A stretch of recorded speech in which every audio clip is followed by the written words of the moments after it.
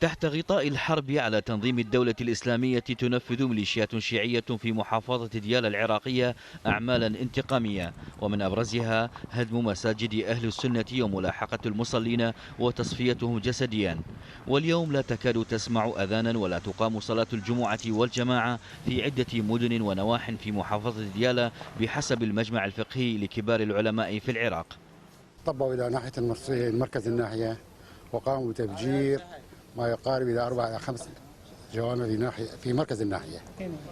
بعدين استقروا في منطقة الشروين. في شروين 7 جوامع هدموها للأرض.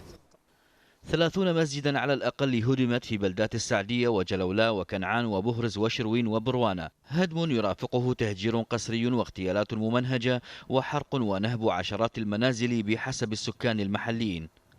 دخلنا لقينا المساجد مهدمة مفجرة كلها. من سألنا ما عرفنا منو اللي مفجرها، داعش غير داعش ما نعرف. الجوامع لويش مهدمة هذه.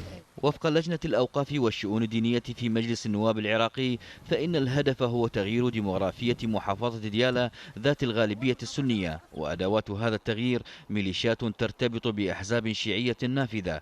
لجان برلمانية شكلت للتحقيق في هذه الانتهاكات ولا نتائج ظهرت حتى الآن.